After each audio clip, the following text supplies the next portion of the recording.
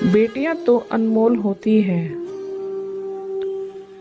शादी की पहली रात पति पत्नी ने यह फैसला किया, जब कमरे में पहुंच जाए तो फिर दरवाजा नहीं खोलेंगे, चाहे कोई भी आ जाए।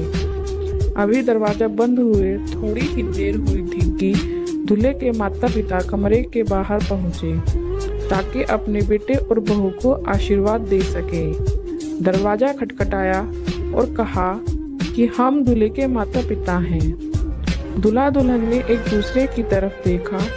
दूल्हा तो दरवाजा खोलना चाहता था, लेकिन उसे अपना फैसला याद आया और उसने दरवाजा नहीं खोला। उसके माता पिता वहां से लौट गए। अभी कुछ देर ही हुई थी कि दुल्हन के माता पिता भी दूल्हे के घर पहुंचे, ताकि उन्हें आशीर्वाद दे सकें। एक बार फिर कमरे का दरवाजा खटखटाया और बताया गया कि दुल्हन के माता पिता आए हैं। दूल्हा दुल्हन ने एक बार फिर एक दूसरे की तरफ देखा, फिर अपना फैसला याद किया।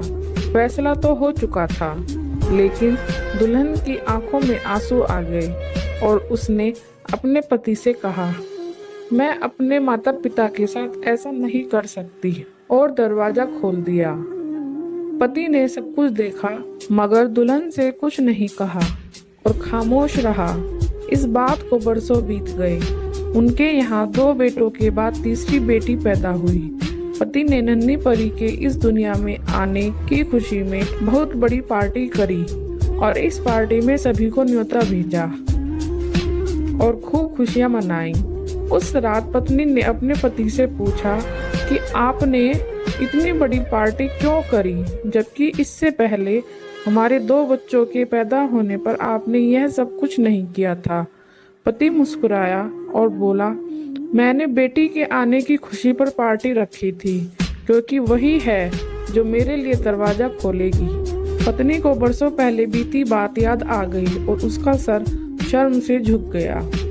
आशा करती हूँ आपको कहानी पसंद आई होगी। साथ ही वीडियो को लाइक और चैनल को सब्सक्राइब और शेयर करें।